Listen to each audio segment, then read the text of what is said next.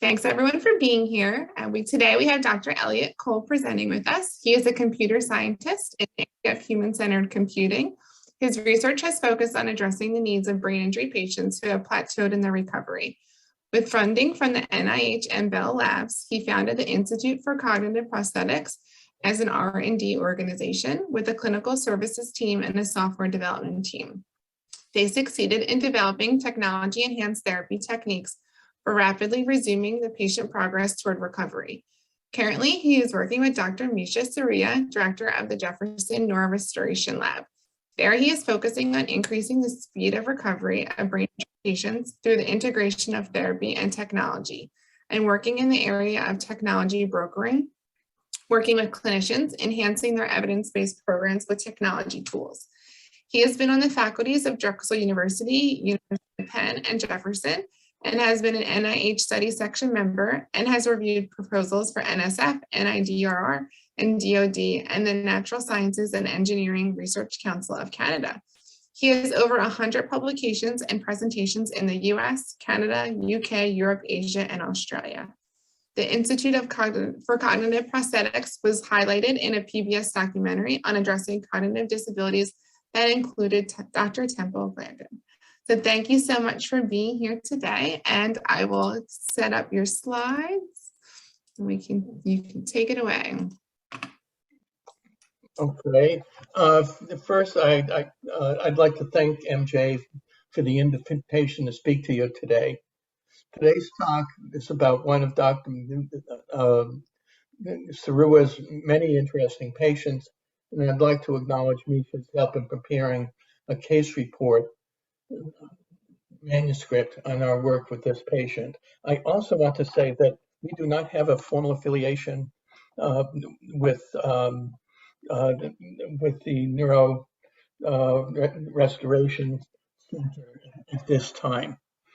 And I apologize for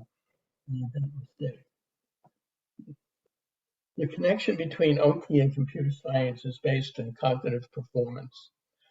Good computer software increases cognitive performance. OT addresses issues of decreased cognitive performance across people's occupations. Computer science does help support OT in your work, but we can and should do more.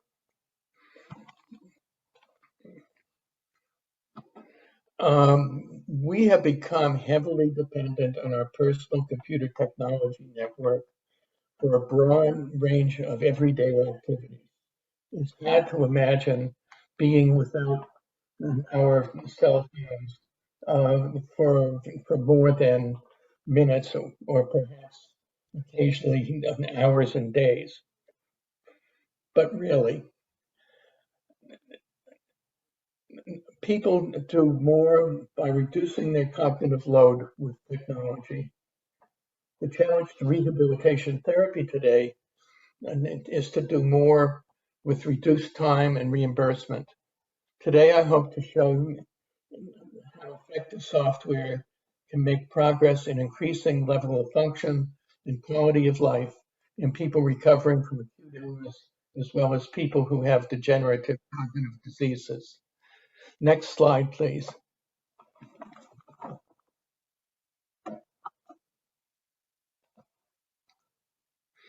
Shortly after he was married, AY had a severe heart attack resulting in anoxia. Anoxia, like TBI, has unique combinations and degrees of cognitive deficits coupled with cognitive strengths. He has an extensive history of cognitive rehab in addition to cardiac rehab. He functions in his family roles with substantial support from his wife. He functions at work adequately, although he has trouble getting to meetings on time.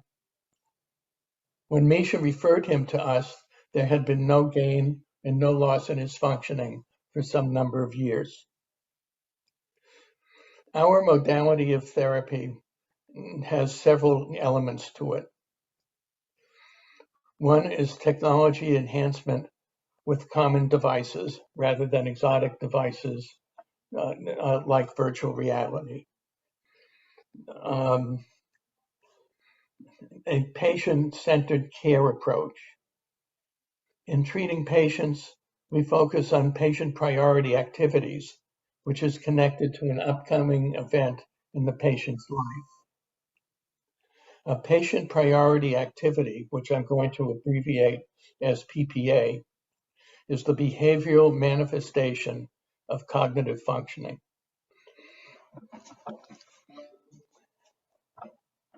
Next, we're going to look at 4 patient PPAs and how AY's occupational therapist worked with him to develop technology-based interventions and their outcomes. Developing an intervention always begins with the conversation between the patient and the therapist, in this case, his occupational therapy.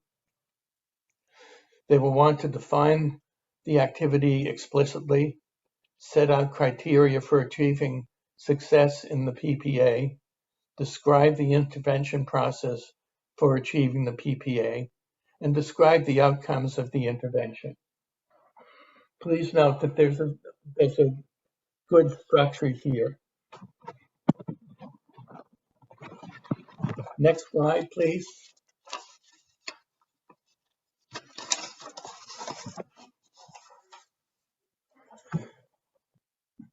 The first PPA he wants to work on is the weekly trash collection. Taking out the trash for the weekly collection at first glance seems like it hardly should be a patient priority activity, let alone the first one. But let's take a closer look. Every week, AY's wife needed to remind him, often several times, to take out the trash and put the barrels out by the curb. Often this was done in the rush of the day of the collection before they went to work and involved both him and his wife. He felt ashamed that he can't seem to do this simple task, and he wanted to be able to do it independently. The PPA is designed as trash will be taken from various containers in the home and placed in the separate containers and brought to the street for collection the next day. The success criteria are 2. One, that he will give an instruction to Alexa, and the second, that he'll take out the trash when he receives the reminder.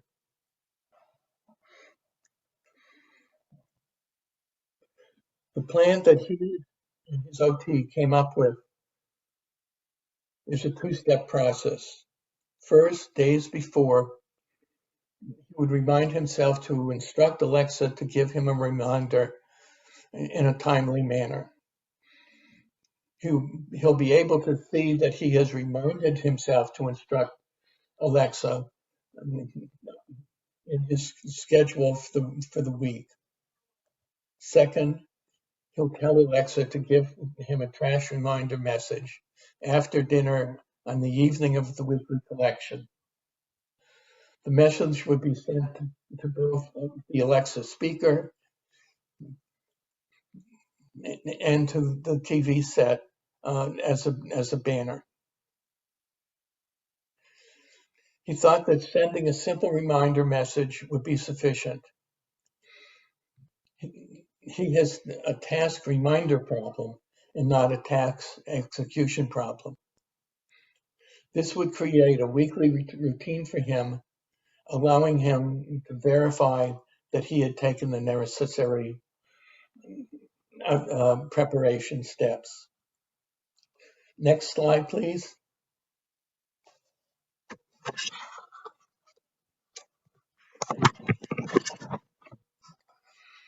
One, the intervention was planned in a single therapy session. Consider that he was 12 years post-injury, and that little had changed in his life over the past several years. AY was able to achieve this on the first cycle successfully. The success was important to him because he wanted to be able to show his wife that he could do a weekly chore ahead of time and self-sufficiently. In less than a week of therapy, he was able to begin to take responsibility for doing a chore that meant a lot to him. And it gave him hope that this therapy might be able to increase his level of function and quality of life. AY's wife heard the reminder in Alexa and saw the TV banner and observed him take out the trash.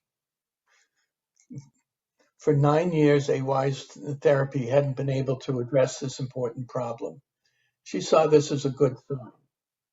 Later, she asked him if he had taken out the trash, and he replied proudly that he had already taken care of it. A few weeks later, AY's children, seeing him use Alexa for the reminder, began using Alexa to remind themselves of things they wanted to do. And this should be considered part of the outcomes and is a secondary gain in this.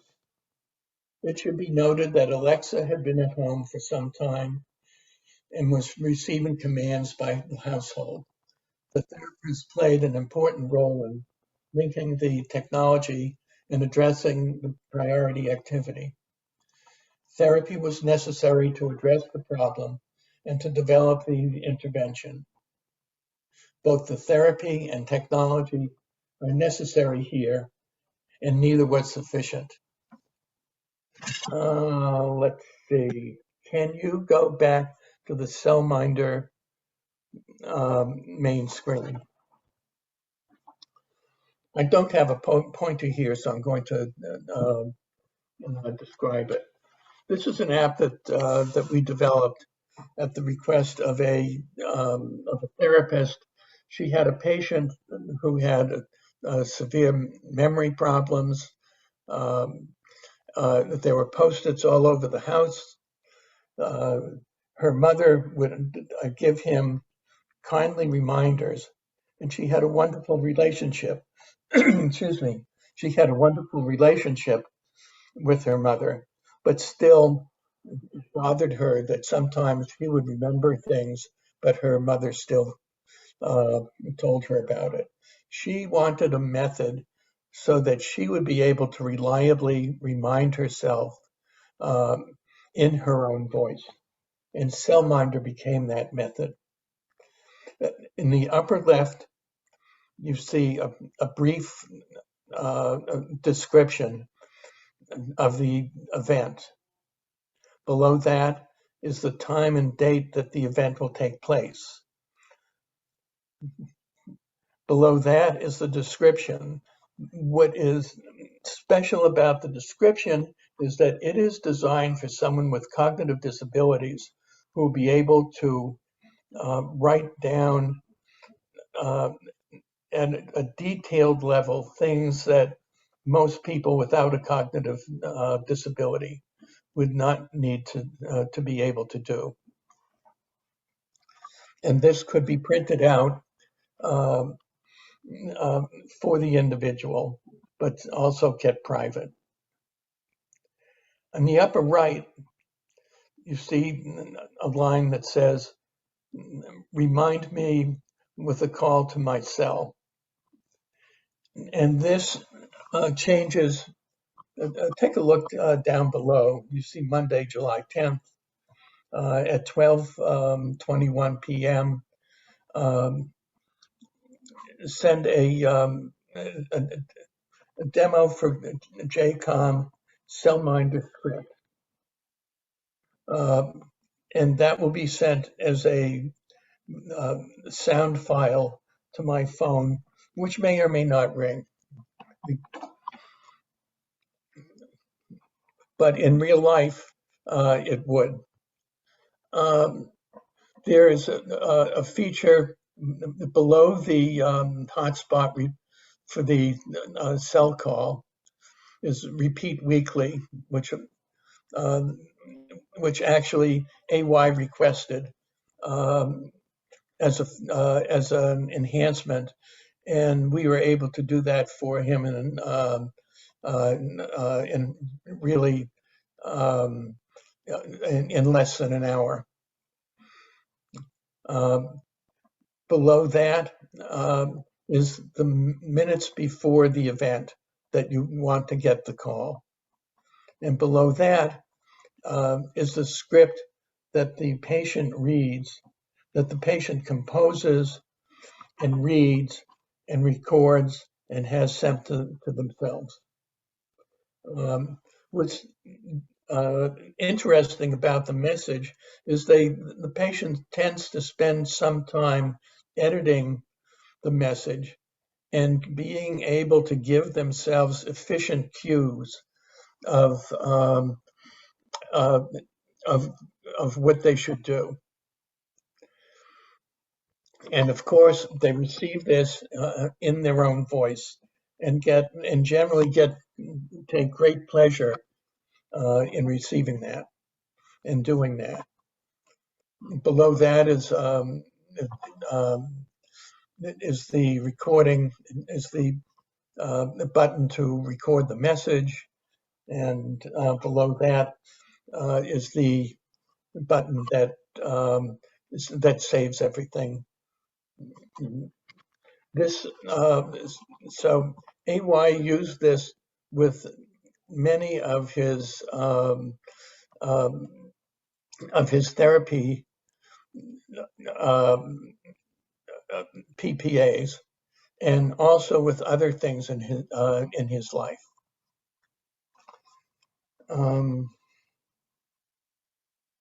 Okay, next slide, please.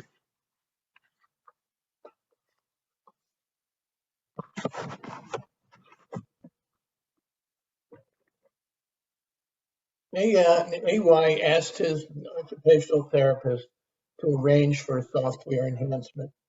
This was a major big deal.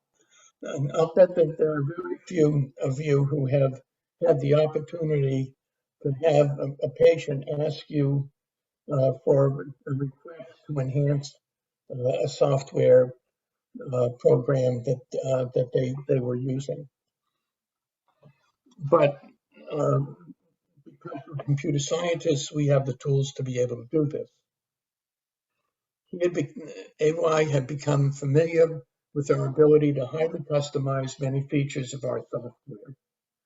This was an important development, and particularly that the patient would feel comfortable enough to ask us for a new feature. And this does show a level of activity and a level of engagement in therapy that is particularly high, much higher than the common standard, which is patient compliance.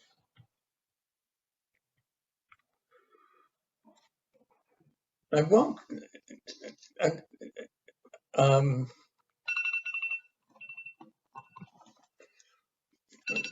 Actually, here, let's see if I can play this.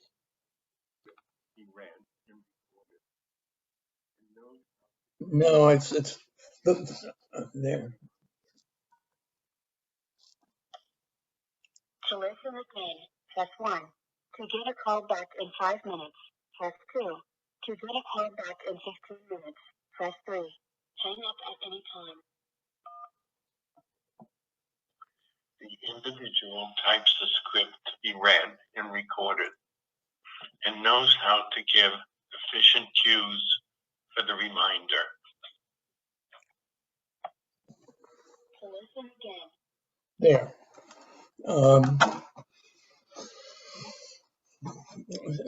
That's an example of having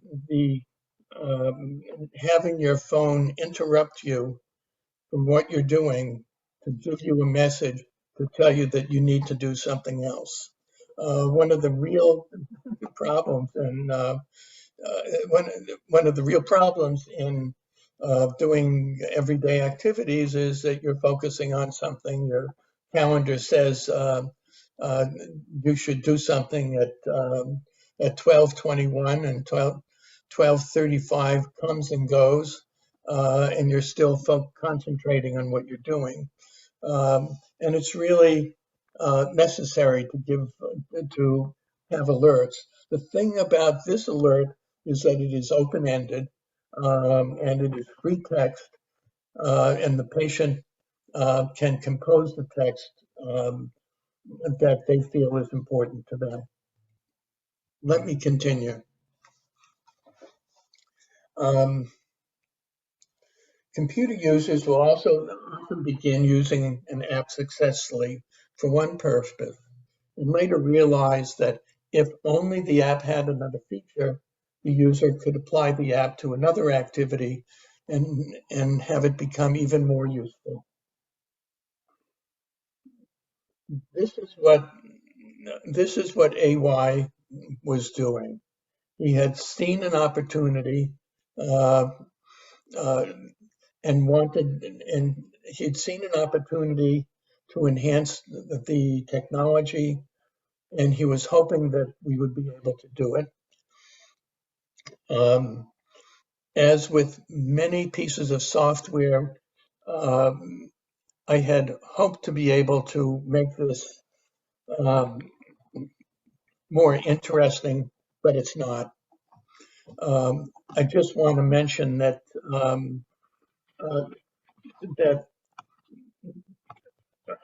his occupational therapist spoke to us. We spoke to the software developer. The software developer said that it would be relatively easy to do. And what he ended up doing was connecting two devices, connecting his cell phone to an application and his laptop to an application. A cell phone has certain advantages. It goes in the pocket, it's always on. You can quickly use it. It has disadvantages. It has a small screen, it's not easy to read. It has a small keyboard, prone to errors.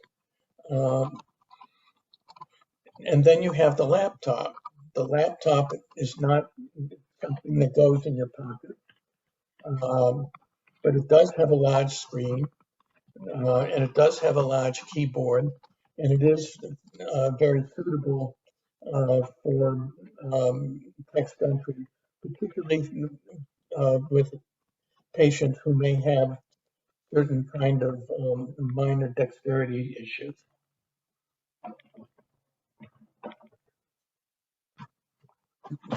The intervention requires the interaction among the clinician, the patient, and the developer in cycles of design and usability testing. Criteria for success, AY will collaborate with the software developer and design and refine the functional requirements he needs to effectively use the application. And two, AY will be able to use the software as intended.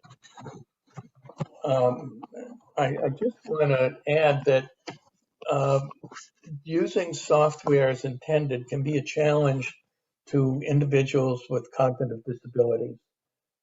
They need those people who don't have cognitive disabilities are able to put up with, shall we say, limitations in usability in the software that they're required to use. You may have encountered some of this in your lives. But people with cognitive disabilities need to have a much better fit of usability in order to make use of it. And what he was able to do was to accomplish that.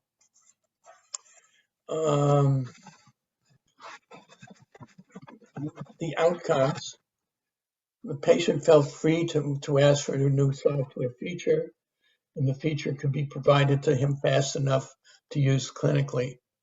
This showed that the patient was both active and engaged in rehabilitation and not merely compliant. The patient's request provided integration of two of the devices, justifying the decision to, and that had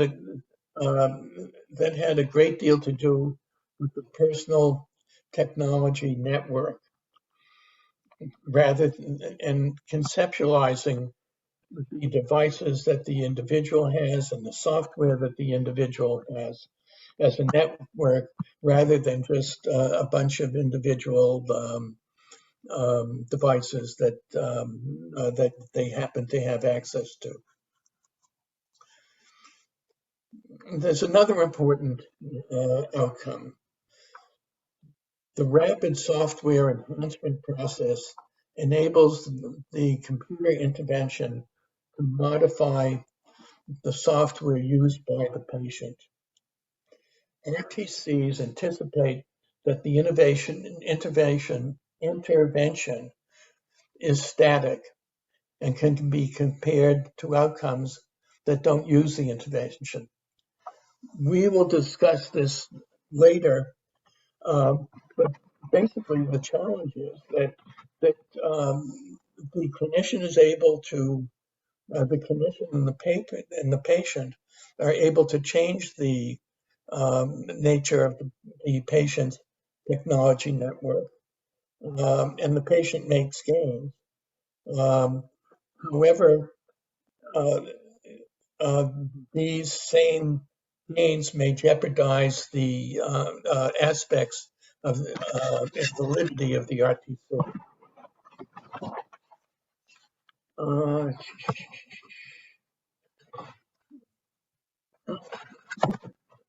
Next slide. This is not the typical kind of activity. This is more passive rather than active.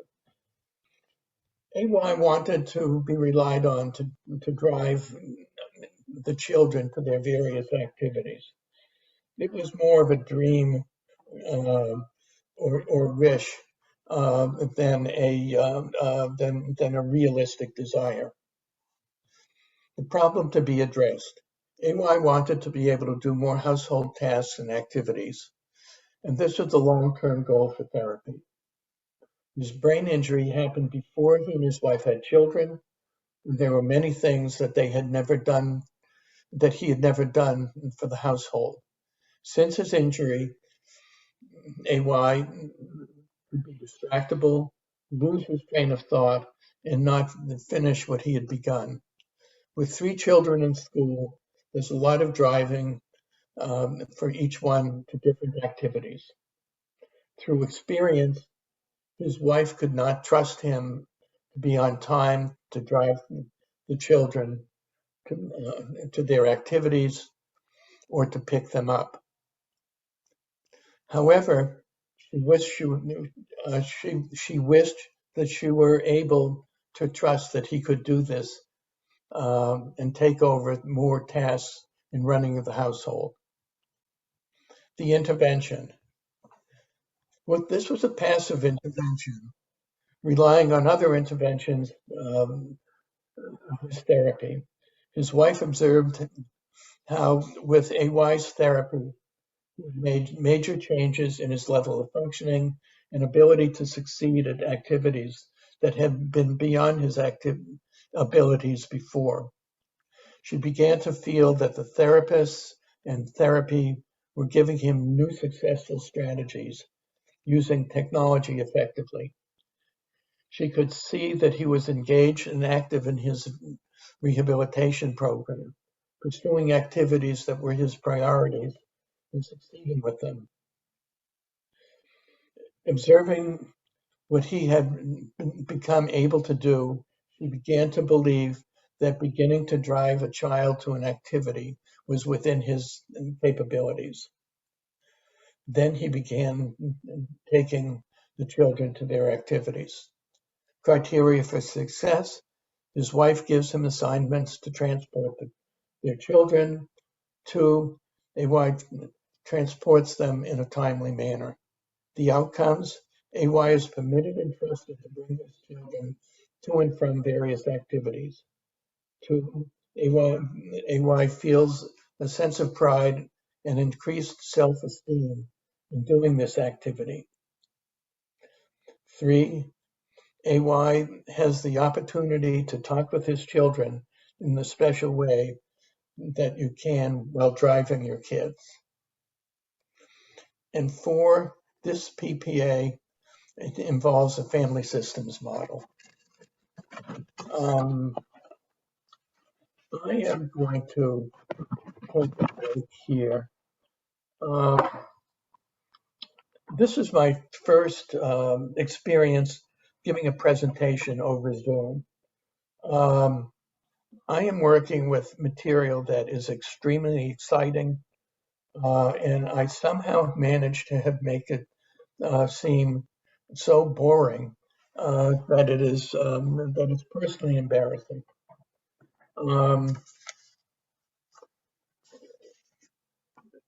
You have a guy here who, for 12 years, has been screwing up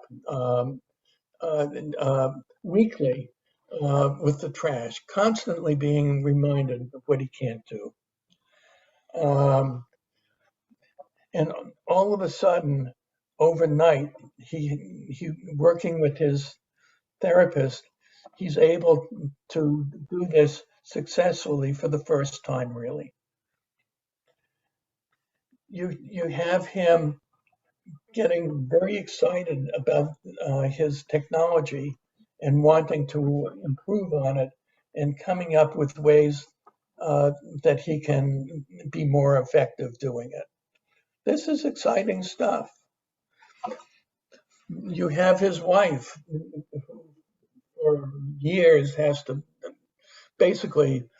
nag him to do the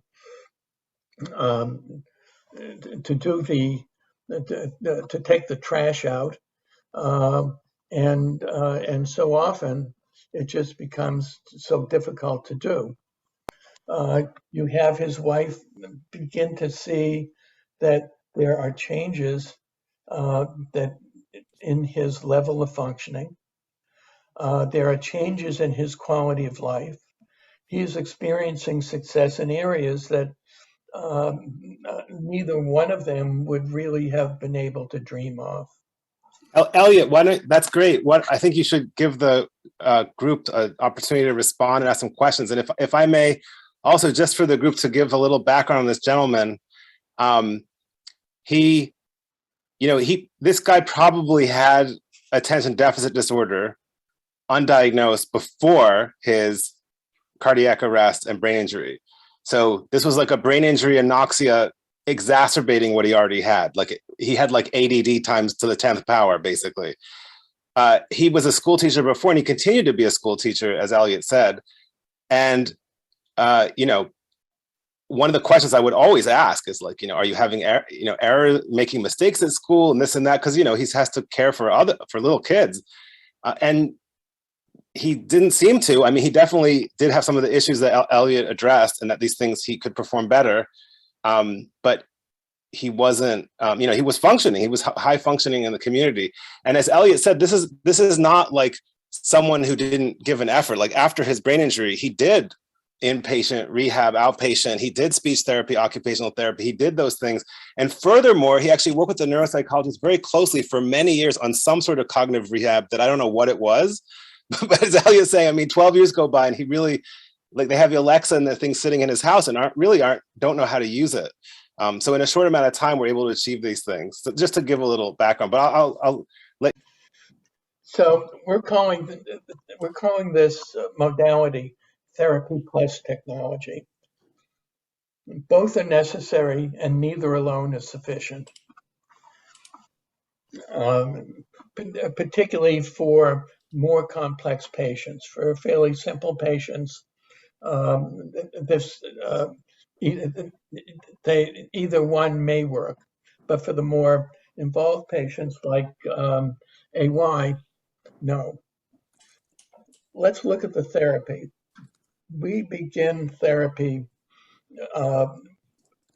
with the typical clinical testing, but we augment it with a home visit. And the home visit in the home visit in pre-COVID days involved going to the home and having the patient walk us through their home. The clinician has an opportunity to see the patient's environment, to see objects and artifacts in the home that give cues to function, that give cues to dysfunction, that provides an important aspect of the home visit is the therapist asking the patient to show them strategies that they have developed that increase their level of functioning, so that the patient has an opportunity to show off their strengths. So often their deficits are more widely known than their strengths. The second is the direct to patient telehealth. Those of you who, the direct to patient telehealth, and Jefferson has this, I believe in Jeff now, and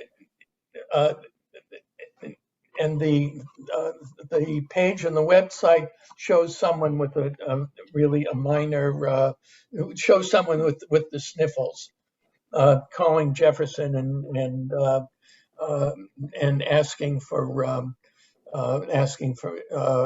treatment or advice. The way the direct to patient telehealth that we use brings the clinician into the patient's environment, into the patient's natural environment, and allows the patient to see, allows the therapist to see a much broader aspect of the patient's functioning and to develop much better and much more focused clinical interventions. I already talked about the patient priority activity in the natural environment. Elliot, it does look like, sorry, some people put up their hands if we wanted to switch the question. Sorry, after I reshare. And Amy also, I think, Amy, you had your hand up if you want to chat, or I can read from the chat. I can speak up. Thank you, Dr. Cole. I really am appreciating your presentation. And what I feel most excited about is the just truly how, at very face value, it gets to the root of the issue for so many of the people that that I've worked with that have had attentional challenges or short-term memory. Is that I've tried using as a clinician calendars and different kinds of tools, and getting the prompts and having them be able to individualize it in such a way is just such a positive. So I just wanted to say that, I didn't find this boring at all. I was really excited to see what you've done and what you've created. And I think you touched, when you were just talking there, you touched on two really important aspects: the idea of the therapist coming into the natural environment and kind of getting an idea of what's going on, and then also prioritizing what the patient is prioritizing, which we so often try to do, but maybe sometimes fall short. So I just wanted to kind of give those thoughts back to you. I know it can be kind of there's a distance here with Zoom, especially when we're trying to keep the bandwidth low and not show our faces through the meeting. So I just wanted to make sure you recognize that. I really appreciate it. Well, thank you very much. And then let me comment that we are very interested in working with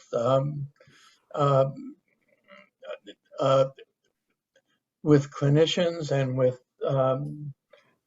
with faculty on moving a project forward. We have resources, particularly in the area of software development, but also in the area of how to work effectively with this advanced kind of telehealth. Mhm, mhm. Super. Thank you. Olivia, did you have a comment or a question as well? I have to plug in and get power. Yes, go ahead. Yeah, I can wait a minute to ask my question. Zoom always eats up my battery as well. I know, seriously. Okay.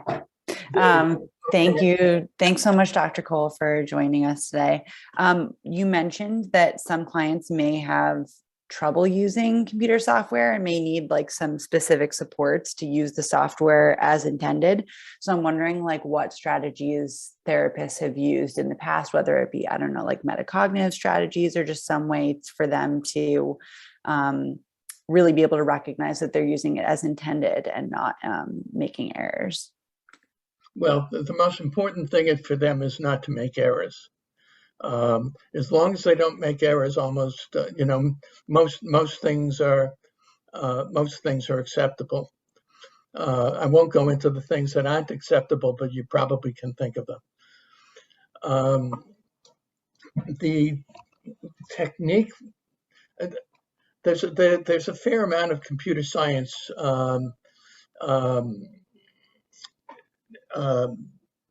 research and modeling that goes into this. And one of them has to do with usability and usability testing. And what we've done is to come up with a way that for the clinician to be able to work with the patient and have the patient guide them and instruct them on what they feel is going to work for them. So much of software development, and particularly user interface design, are really very, very small details that most normal people would never think of. And it turns out that very small changes in user interface design can yield disproportionately large gains in or changes in the usability of the software, and it can go either way. A small change can cause havoc. A small change also can make something intuitive to that individual and give them a feeling of adequacy that they hadn't had. Thanks so much. That's really helpful to know that it's really in the design of the software itself that we can kind of prevent these errors from happening. Well, it's easy to use. You know, one of the things that you're doing here is you're asking the patient to guide you in what's going to work for them, and this is really at the heart of patient-centered care. The patient, particularly in the use of technology, has quite a bit of knowledge that they can and often would like to share with their clinicians, but their clinicians haven't been trained to do that. The other major problem is that clinicians don't receive the kind of training that would make use of technology easy. And we see a need for special training. We also see a need for a new kind of user support person that can support both the clinician on the one hand and the patient on the other. And if you think about it, you're not going to want to turn someone from the geek squad loose on your patient. Let me just stop there.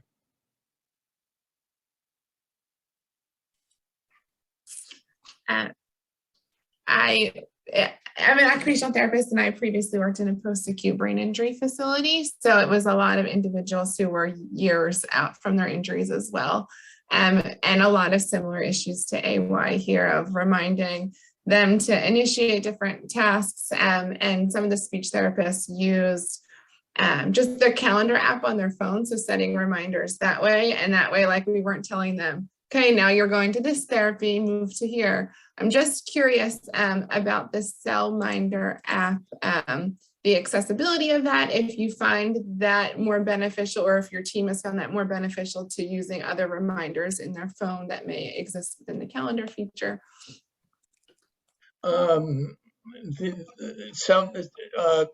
Cellminder was developed because of the lack of an alternative. Because of a lack of an alternative. One of the problems in assistive technology is that oftentimes therapists try to bootleg features of commercial products that have desirable features, but those products are also going to have undesirable features.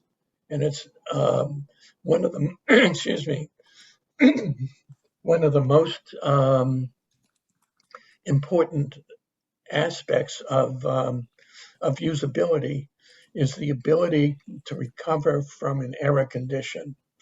People are going to make errors. What you want them to be able to do is to recover from them.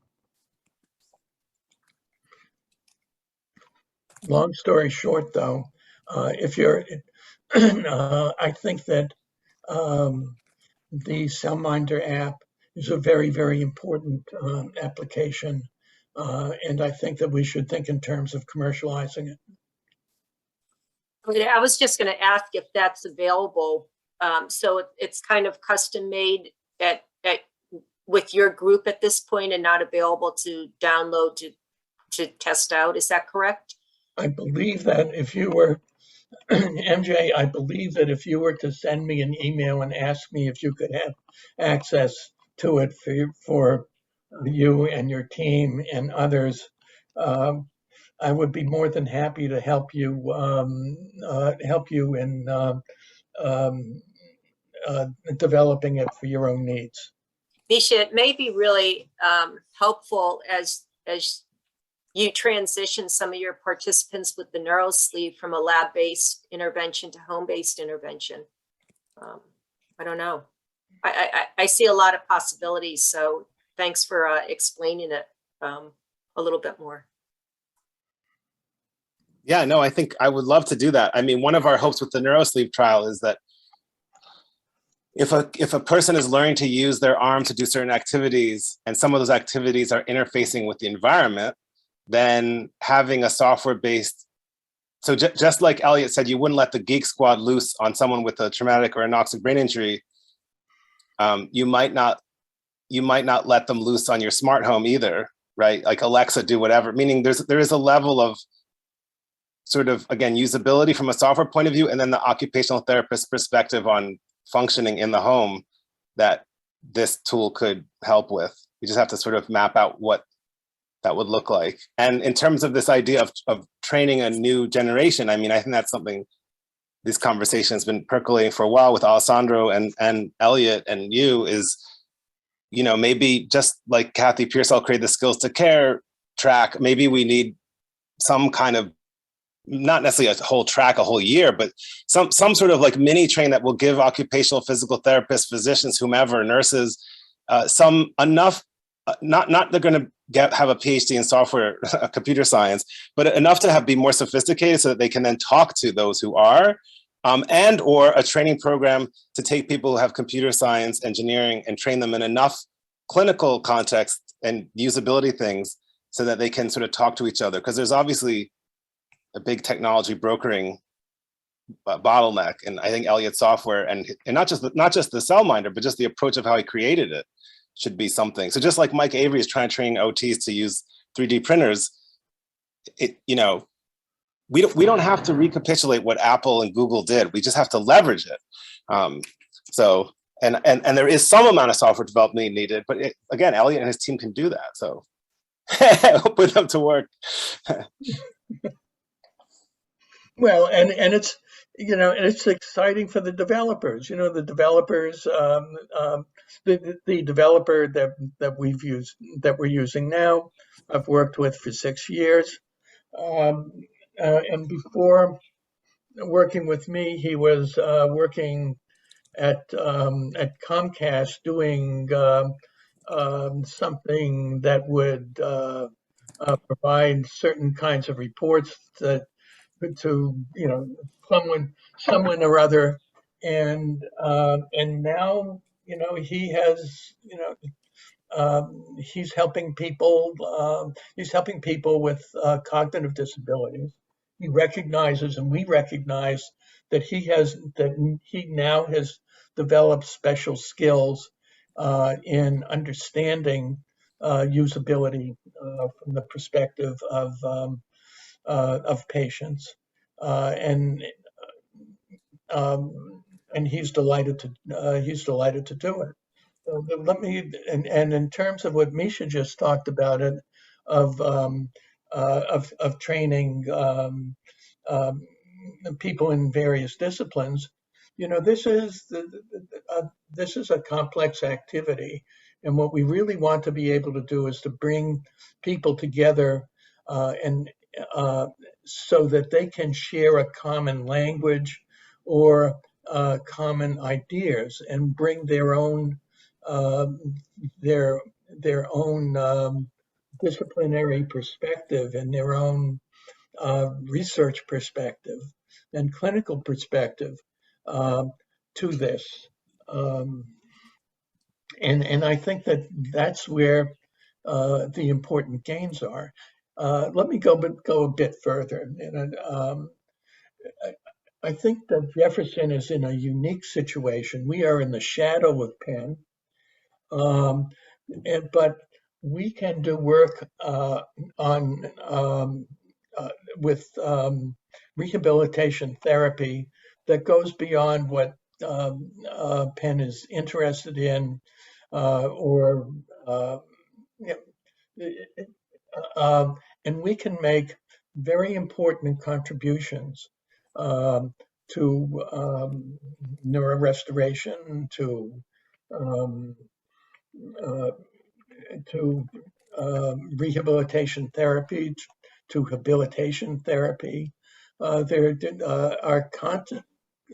are a lot of diseases where there's a lot of in-house expertise and interest in helping people, and in particular helping people with technology. And so little of that is being done. There's a tremendous amount of technology. There's a tremendous amount of research that is being done in the rehabilitation science area. But the amount of that research that ever sees the door of a clinic is incredibly small.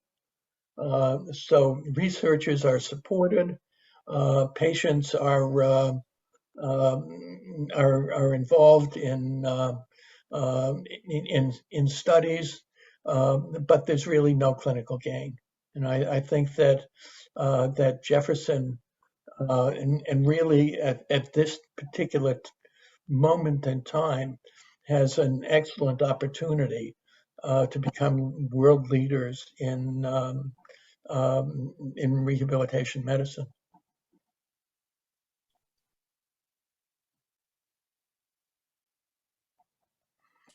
Is there a last question or comment?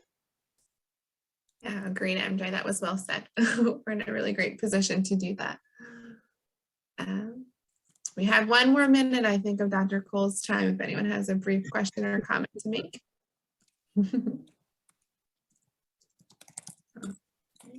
Well, thank you so much for your time. And if anyone had any questions, would it be okay for them to reach out to you? Anyone could have contacted me as well, I think, for his contact information, if so. It was great, and safe travels back to the cold East Coast. Thanks. You know, we're looking forward to sleeping in our own bed again. I'm sure. All right. Everyone have an amazing afternoon.